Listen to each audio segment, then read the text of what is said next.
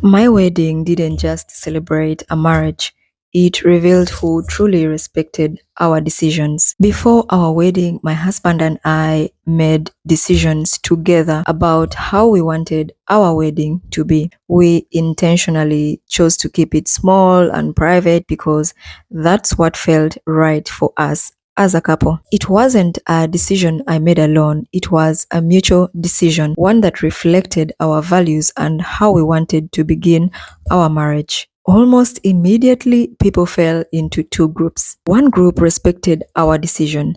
They may not have done things the same way, but they accepted that it was our wedding and wished us well. The other group couldn't understand why they weren't more involved. Instead of respecting our decision, they wanted us to change it to make them more comfortable. What many people didn't know was that at that same time, I was working against major deadlines.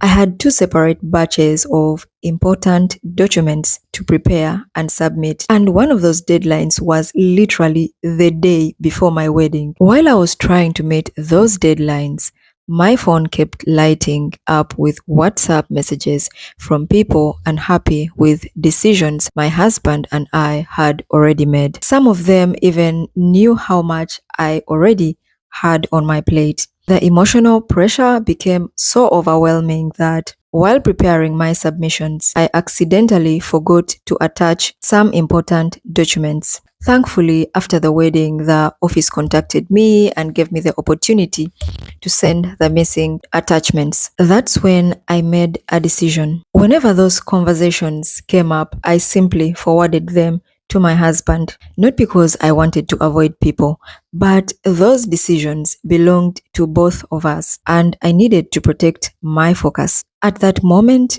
my responsibility was to meet my deadlines, and his was to help carry the weight of everything else. That's what partnership looks like. That experience taught me something I'll never forget. Boundaries don't create problems. They reveal how people respond when they don't get the access or influence they expected. The people who respected our decision allowed us the space to begin our marriage in peace. Others struggled to accept a decision that was never theirs to make.